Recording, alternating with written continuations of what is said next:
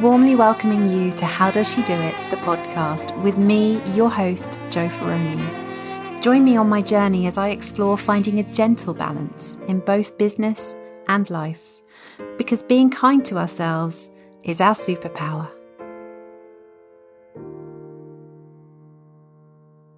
I wonder if I can do it. Just do it. One take. Be content that good enough is good enough.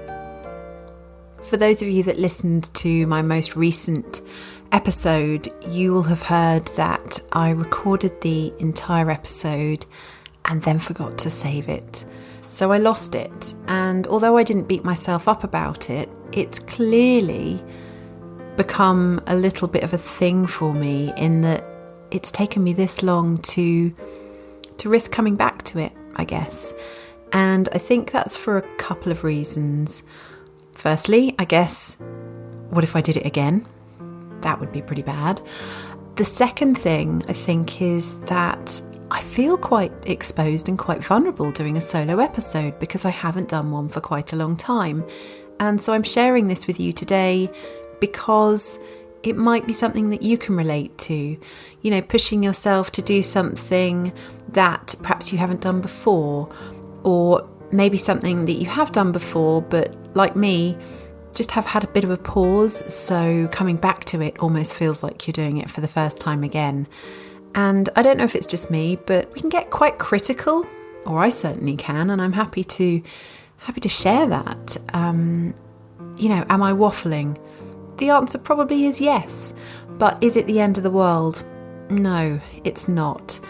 We have all sorts of things going around in our heads, and obviously I'm speaking for myself right now, but I am determined that today I am recording for you, and I'm hoping that this will mean I'm back on track again, and I very much look forward to sharing a lot more wisdom that I've got to bring you in more solo episodes, and also, of course, the wisdom that comes from my incredible guests, of whom I've got so many lined up to record with. I absolutely need to get on with this and get this one done so I can be booking in my future recordings with incredible women that I need to bring your way, bring to your earbuds, bring to your attention, so you can learn from them, and I'm sure follow them, get in touch with them, let them know how you have been affected by or inspired by them and their story and all that they share in our conversation.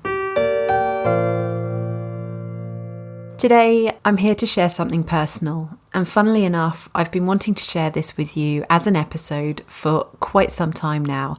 I even braved speaking about it about 2 or 3 months ago at the Kingston networking event because I shared with them that I was hesitant and I didn't know why I was hesitant, and so I almost asked their permission to speak with them and share it with them as a little bit of a breaking of the ice for me.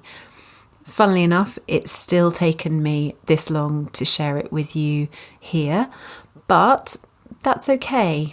And I do feel assured because when I shared this with them, the reaction, the individual responses, as well as the group response, were really, really special. And I felt even more connected than I had done before. And I feel pretty connected with the ladies that attend my networking events. And for anyone that has ever been, you know exactly what I mean. You're all super special, and we get super open, super honest, and we connect and support one another. And I cannot thank that group of women enough for allowing me to really get very, very open and transparent with them that day. So without further ado, I need to spit it out. What I'm going to do first, though, is share a poem. And actually, that's really personal as well. So this isn't the easy bit coming before the hard bit.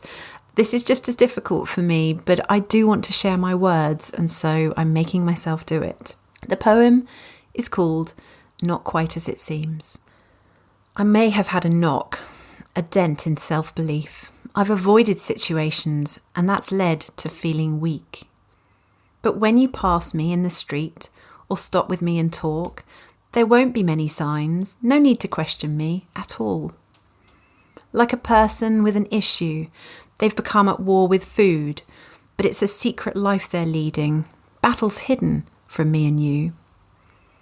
These things are hard to talk about. Conversations don't come easy. Even if others might help you, how do you bring it up discreetly? Inside you're screaming, help me. I just don't know what to do. You feel trapped and stuck and lonely, but those cries won't come out of you. So where to turn and what to say? And who is best to share with? The key is to start small. Test the water, dip your toe in. They might offer some wisdom or connect you to a pro. They might simply listen, give you space so you offload.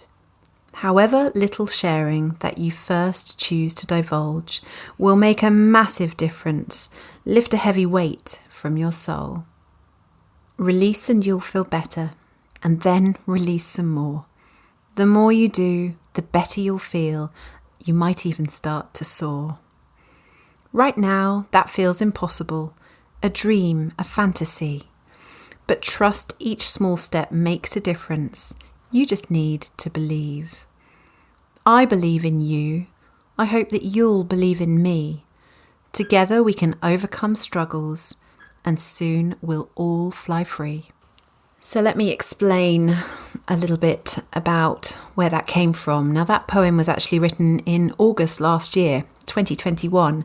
So it's interesting that it's something that takes me back to a time where I was struggling. And I should just add that I use an example there of someone at war with food. That's not my struggle, and I'm very lucky that it's not my struggle. That was using an example of how so many experiences that we have and situations we go through aren't necessarily things that we're able to or willing to share with everyone else. Now, I'm going to tell you about what my thing was, but I just wanted to explain that that was just an example of one of the many things that could be hidden from the outside world. So I want to take you back to the end of last year, December 2021. I always love to spend time at the end of a year just quietly reflecting, really, how I've done, what I might have struggled with, what my thoughts are for moving forward with the year ahead. But all of this is without judgment, and it's also without pressure or expectation or maybe making something wrong. It's a very kind and compassionate, deeply, deeply quiet and personal time for me. And I love to journal, and things sometimes come up that I totally don't expect, and other things are, of course, completely natural, and I knew that I would think them and write them. But one of the big things that came up for me, and I don't want to get emotional yet, and I say that because I didn't think I'd get emotional, and I am. One of the things that came up for me was loneliness.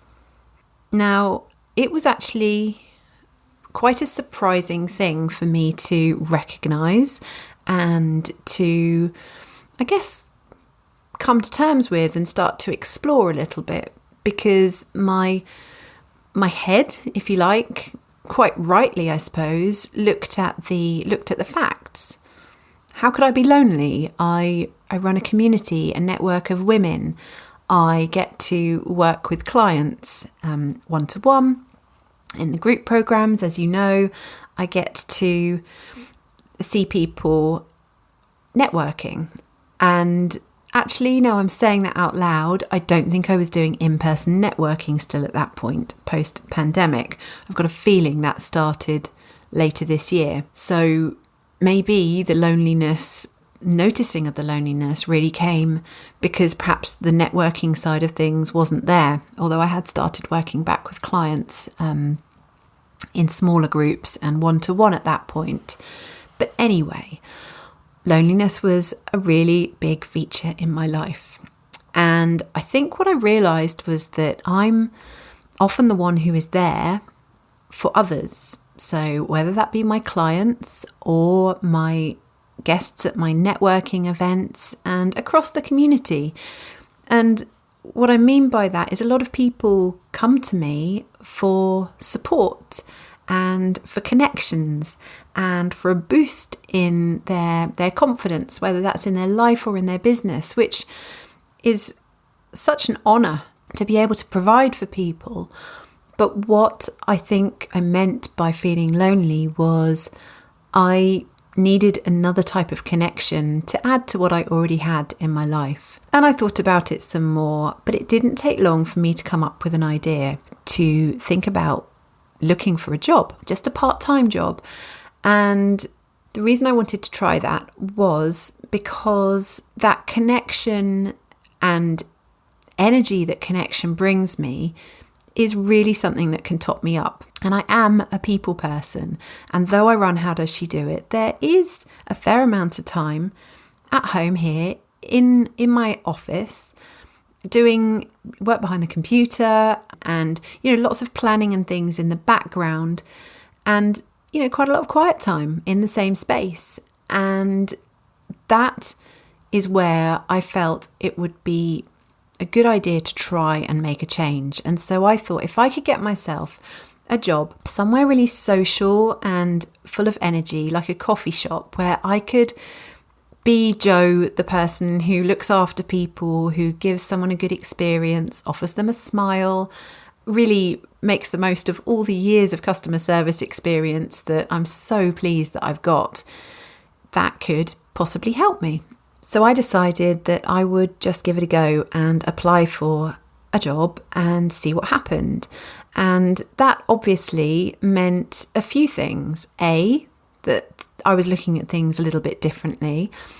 B, I was willing to put myself out there and go and interview for something. And I don't think I'd interviewed for a job in many, many years. And also, I didn't actually have any experience in coffee shops.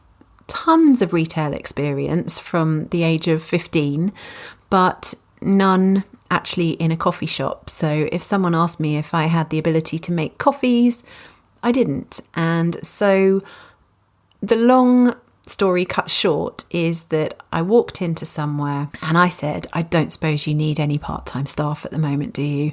And it turned out that this owner of the coffee shop that I went into had just opened for the first time in 3 or 4 weeks, I think. She'd been away over the Christmas period and that was the first day she'd reopened, and she was about to put a postcard in the window that afternoon to say she was looking for part-time staff.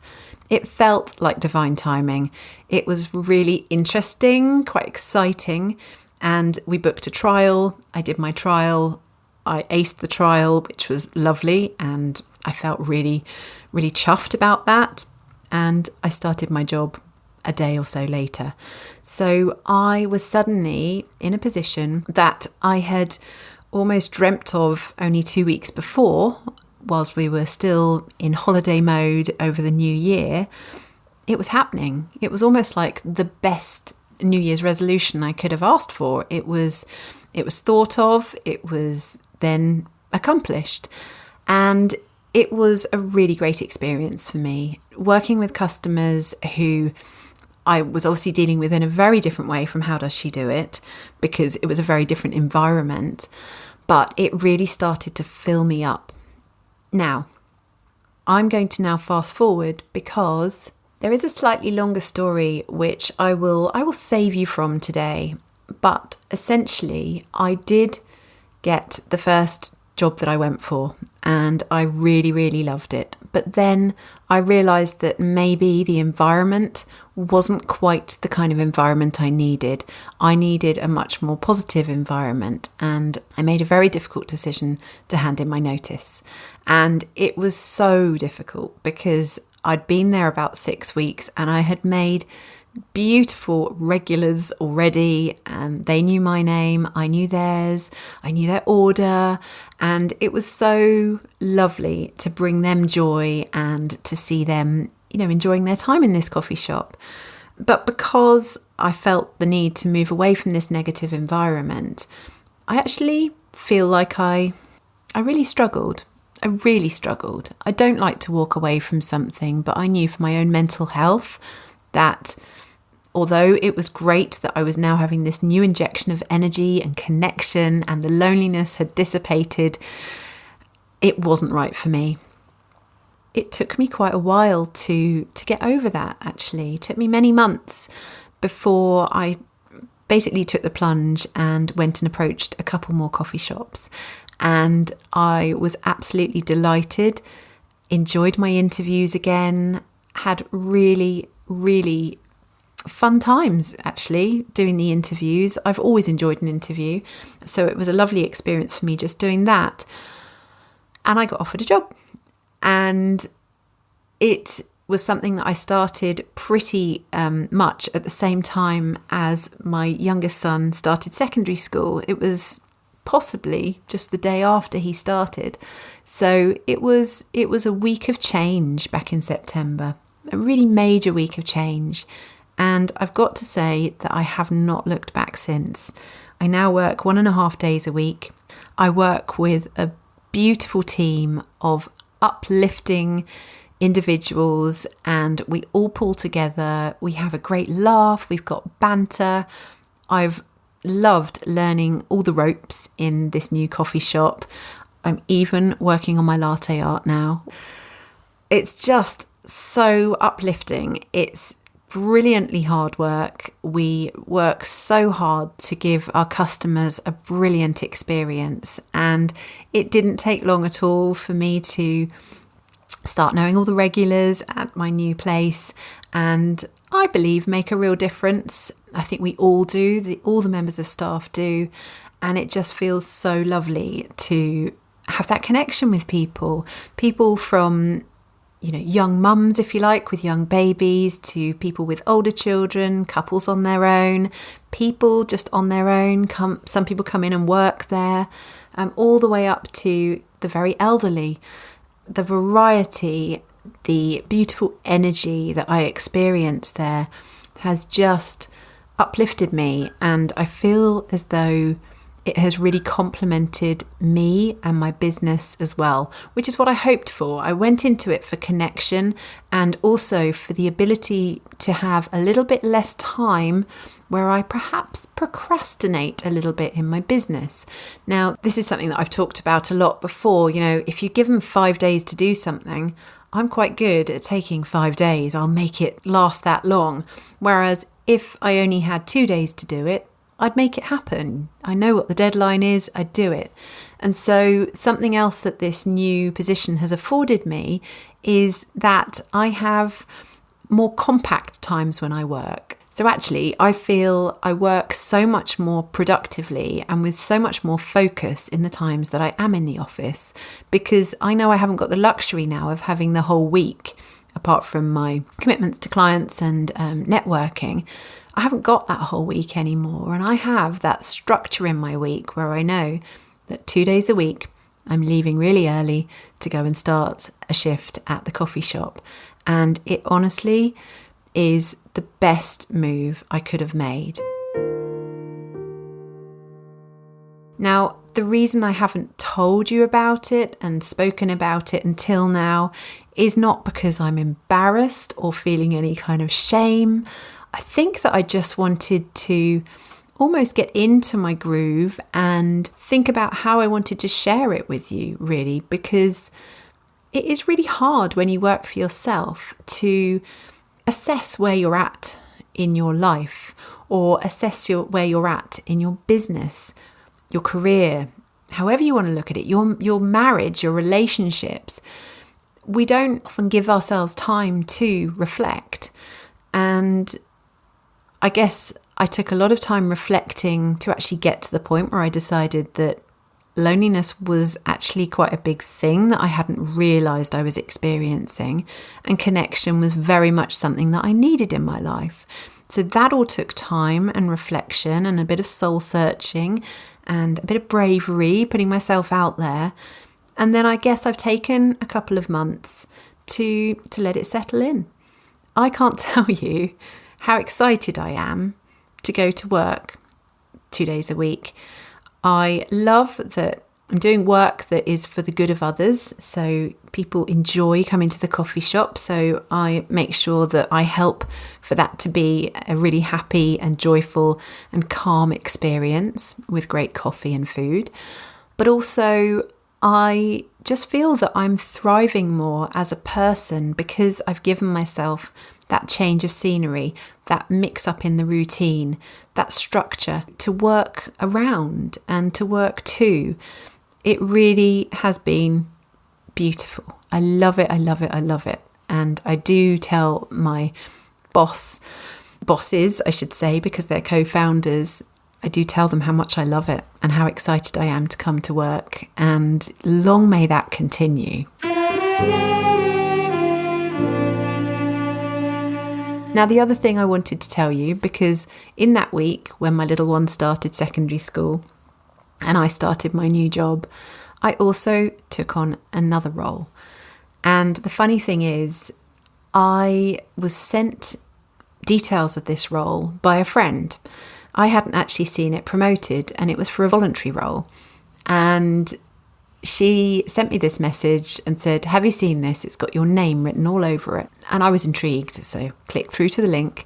And it was a voluntary position at our local library hosting their rhyme time session. So rhyme time, singing nursery rhymes and what have you for the babies and toddlers and their carers. And the funny thing is, this year I very much wanted to almost promise myself that I would use my voice more. And I don't look at that as only being a one-size-fits-all approach. It's not just about speaking on the podcast. It's about sharing my poetry. It's about pushing myself out of my comfort zone and singing to more people than just in my home. And so the fact that she sent me that, and it was an opportunity to use my voice in yet another way, ticked a big box for me. And I think I'd applied for the position before I even replied to my friend to say, yes, please. Funnily enough, what this friend didn't know, because she hasn't known me that long, is that I actually created Rhyme Time at that library 15 years before. Okay, here's the emotion. I wondered if it was going to come. So when we moved to this village, I went to the library quite early on, as most young mums would, go and sign up at the local library with my little one. He was 1 when we moved here. And I went along to the local story time session, and it was story time and rhyme time. And I remember at the age of 1, it appeared that every other child sort of sat through the story time and got really interactive with it and then loved all the nursery rhymes. But unfortunately, my son wasn't at the right age for story time, not in a group. And so the idea of sort of sitting there with him being upset and fidgety until we got to the nursery rhyme part was just a little bit tricky. And as any mum of a young child probably knows or probably feels, it's very easy to feel, why me? Why is everyone else sitting there with happy children and I've got the one who's unhappy? So it wasn't very long at all before I just said, is there any chance that there would ever be a nursery rhyme time on its own?